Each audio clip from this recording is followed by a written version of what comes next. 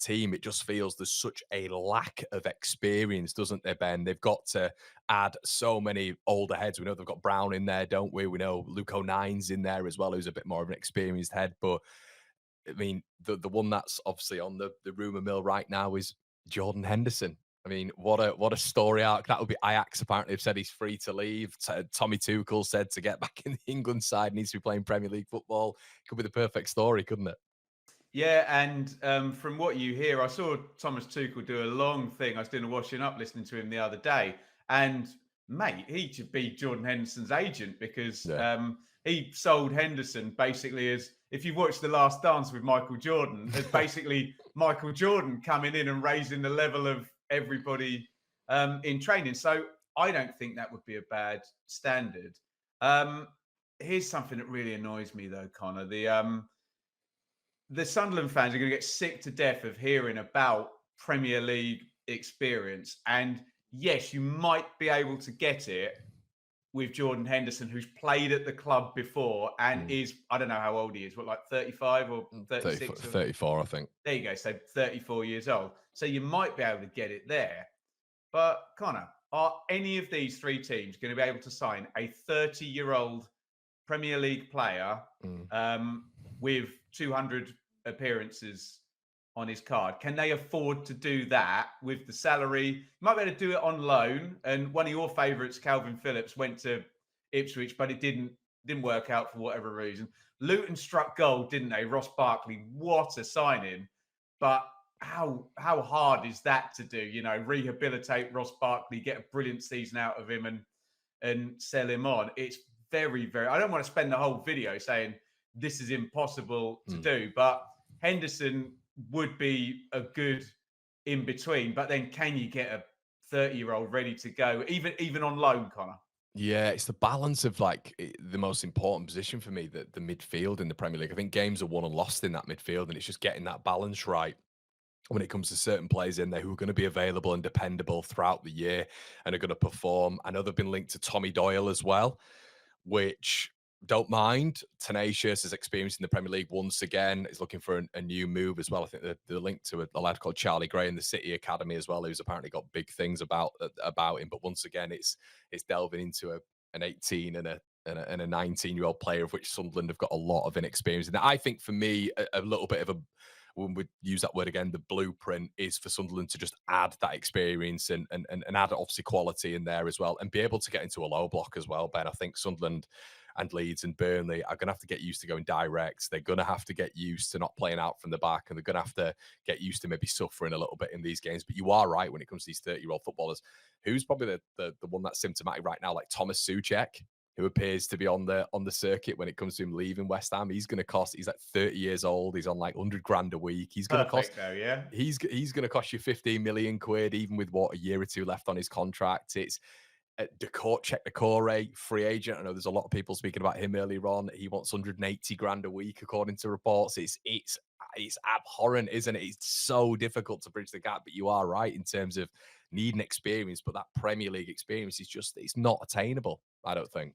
You've just summed it up absolutely brilliantly by naming those players. So we can guess at numbers, but I suspect Sunderland's top paid player, well, let's just say they weren't getting £180,000 per week. And you've got to look at the agent's side of this as well. What is Souček's agent going to be saying?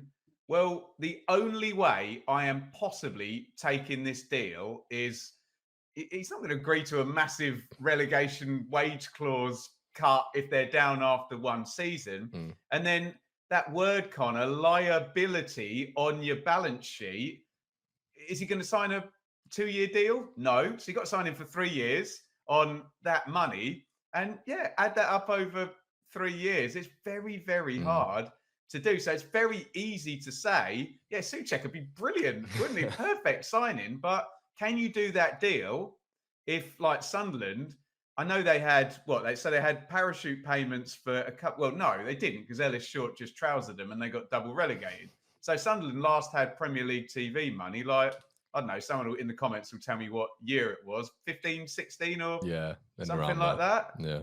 You can't do that now with PSR and sign a Souček on a 3-year deal on 180 grand a week or whatever it is. It's tricky. Yeah, 100%. And I think the highest sort of paid earner after a little search on Google will be Enzo Lafay at about 67 grand a week. And then you kind of look at second and third, it's Alan Brown on 15 grand a week, Dan Ballard 15 grand. I guess that gives them more room to be able to do stuff when it comes to, once again, us being accountants.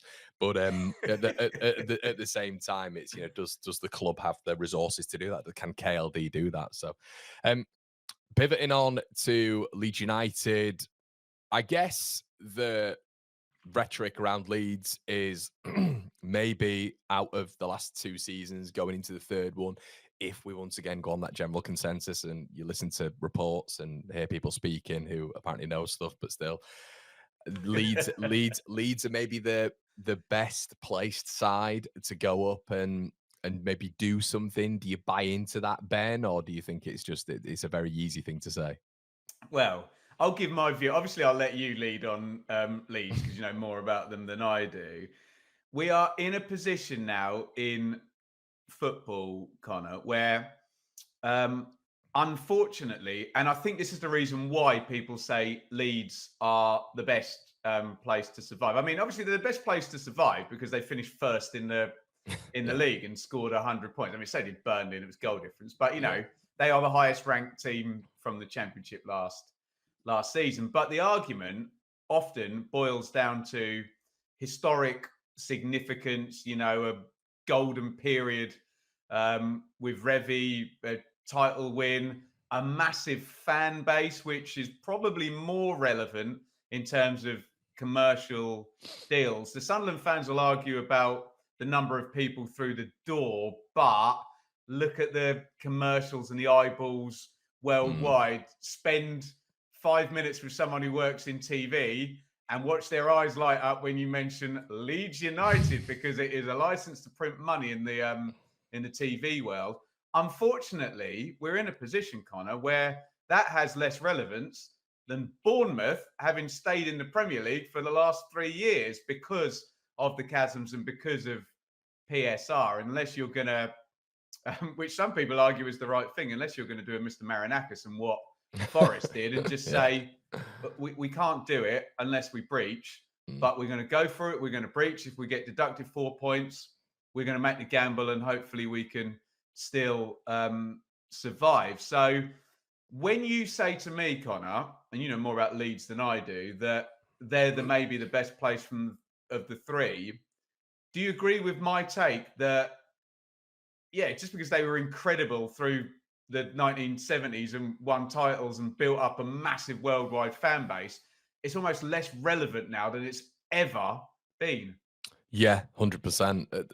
I mean, the whole. I don't want to bring them into it as well, but it's there's a lot of the big clubs now, isn't it? Sheffield Wednesday, it's Sunderland, it's all these sleeping giants that people will coin them as being in the Premier League now, and that gets you to a certain point. I think 100%. If like Leeds are going up, let's say with the greatest of respect with Burnley, I think maybe it gives Leeds a little bit of an edge. But like you've just quite rightly said, Ben, with teams who have been in and around that Premier League circuit now for a period of I mean 6 to 10 years. Who cares? Who really cares? If Brentford and Bournemouth are going for a player up against Leeds United, Brentford and Bournemouth 99% of the time will get that player. And I think maybe the edge that we as a Leeds United fan had last time was maybe Marcelo Bielsa giving us that edge as well. It's not only have you got a club who's back there, similarly to that of Sunderland, you're coming back after a long time, but you've then got that almost ace card in Marcelo Bielsa, who is one of the some would argue the best coach that is of all time, and obviously he's referenced to by Simeone, Guardiola, etc. So that might have given us a little bit of an ace card when it comes to bringing in Rafinha, Rodrigo, Robin Koch, players of that ilk at that time. That's something to take into consideration as well. Maybe the managerial pull, which is huge as well when it comes to maybe a young player coming in because they know they're going to be fighting against relegation throughout the entire season as well. So they need convincing, don't they? I would suggest, Ben, that for Leeds, maybe the ace card is right now. They can show them a very, very relevant example of a player coming in the Premier League and who is now up for contention as a Ballon d'Or winner in Rafinha. So that will be the blueprint. That will be the sales pitch, I'm sure. Absolutely. Let me just talk about Bielsa first. Agree with everything you said. What Bielsa didn't have though was the 17 thing. No one was talking about the 17 in what year did Leeds? It was 1920. Yeah. Leeds went up, where there was this run before of basically the teams bouncing, and we're going to year 4 now, where the same 17 clubs have received the TV money of double, or God, whatever, Yeah. 10x of if you're not getting parachute payments. So yeah, as much as Bielsa and his pattern of play with Bielsa, isn't it? You just go up with this glorious pattern of play, and it's just like, no, screw it. We're going to do exactly the same thing, and okay, we'll get battered one week, but score enough points to win, ninth position. And yes, a great point you make about Rafinha, and we already spoke about Ross Barkley, didn't we? We mentioned Rafinha. I can talk about Liam Delap. I think Liam Delap was the best signing any of the promoted teams made Agreed. last season. Couldn't have gone any better. But here's another thing that is absolute killer for the promoted teams. If you're Liam Delap's agent, or whoever Liam Delap is this year that's going to negotiate with Leeds, you come to Leeds and you can say, okay, we're interested. We're sticking a £30 million release clause in the deal if you go down. And even if Liam Delap scores 12 goals, gets into England under 21s, and is arguably worth £50 million, he's going for 30 at the end of the season. So you can have Liam Delap, and it's going to go brilliantly, work out perfectly, but you ain't cashing in on him at the end of the season. And take it or leave it. Okay, we'll take it. I've got two things to say. One is about the slow burn, and one is about physicality, okay? The slow burn, which will irritate the hell out of all the promoted teams, is that Brentford, yes, Brentford, who no one even looked at 10 years ago, can sign Keane Lewis Potter from, where did they get him from? Hull? Was it Hull? Hull, yeah. Can sign Keane Lewis Potter, one of the better players out of the Championship, and spend 3 seasons developing him very, very gradually, slipping him in, not putting him in a position where he's going to get completely overrun by, to mention the same players, Bukayo Saka or Bruno Fernandes or, whoever. Leeds, Burnley and Sunderland do not have the time scale to do that. So there are players, and you've mentioned most of the good examples, that if they were to go to one of the 17, would be very, very used. And I'm talking to a Leeds fan. Somerville, arguably best player in the league, certainly for times of the 23-24 season. And he goes to West Ham. And okay, you can be a sub, you can take your time. We'll develop you over 3 seasons and pay back then. So there's a time. It's almost unfair to judge the players on if they're doing it from a promoted team, whereas if they're doing it for the 17. And then I was particularly thinking about Tanaka when you were saying this. And I don't want this to be a patronising thing, because it always gets levelled at Asian players as well. So I'm not saying this particularly in terms of Tanaka before people pick me up on that. But when you watch Premier League teams, we found it immediately watching Ipswich, that it's not just the technique. Premier League players are either incredibly good technically, incredibly good physically, or scary, ladies and gentlemen, both. And a lot of them, you're like, hang on a minute, he's 6 feet and he's got feet like that. And that's the difficulty as well, the sheer physicality of Premier League teams. And you look at them, and when they do the lineup before the game, you're like, oh God. Okay, if we can't out technique these lot, I don't even fancy us in a fight here. That's it. It's quite right. They've got to be, you got to bring players in that are physical and athletes as well. I think football's dramatically moved on, even since the last time Leeds were in the Premier League. I feel there was a phase of which there was small, diminutive players in and around football teams. Bale and Ronaldo, where not only are you going to be a winger, but you look like a professional swimmer, and you haven't got an ounce of body fat on you, and you're 6 feet tall. 100%. I think sort of in the early noughties there was a period of it as well where it was like, Vieira's, Zidane's, just massive football players. But I think then it went through a little bit of a tiki-taka phase where it was a little bit more based on the technical efficiency of football players. But I think and there still is that. But I think now they've been able to mesh what they have been, and you've kind of got this and it's obviously helped with nutrition and diet and all these things that we now know. You've now got these specimen footballers who, I mean, you even saw it the other night. I mean, I thought it was quite symptomatic watching the international game the other night with England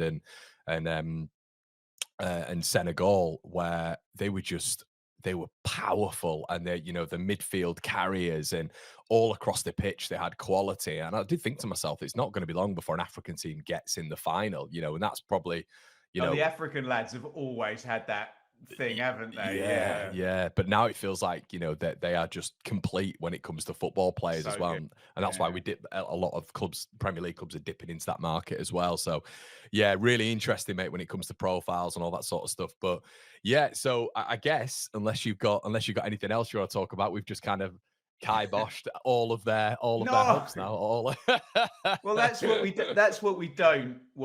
No, of course not. don't want to do, because I think, regardless of me being an EFL pervert, an Ipswich Town fan who's also speaking to a Leeds fan, we're not just sitting here because of a vested interest in teams we support and No, leagues we've covered. no. It's really important for English football that this gets sorted out. That if you score 100 points in the Championship, and the idea is that you've got a very, very slim chance Hmm. of even finishing out of the bottom three, let alone ninth. And it's only 4 years ago, or whatever, that Leeds finished ninth, and Sheffield United did the season before. And the fact that we're thinking that it's very, very difficult for that to happen again is a problem. And I genuinely, really, really hope that someone does it. But kind of the flip side of this is not only how hard is it for a promoted team to stay up, is how hard is it for one of the 17 to get relegated?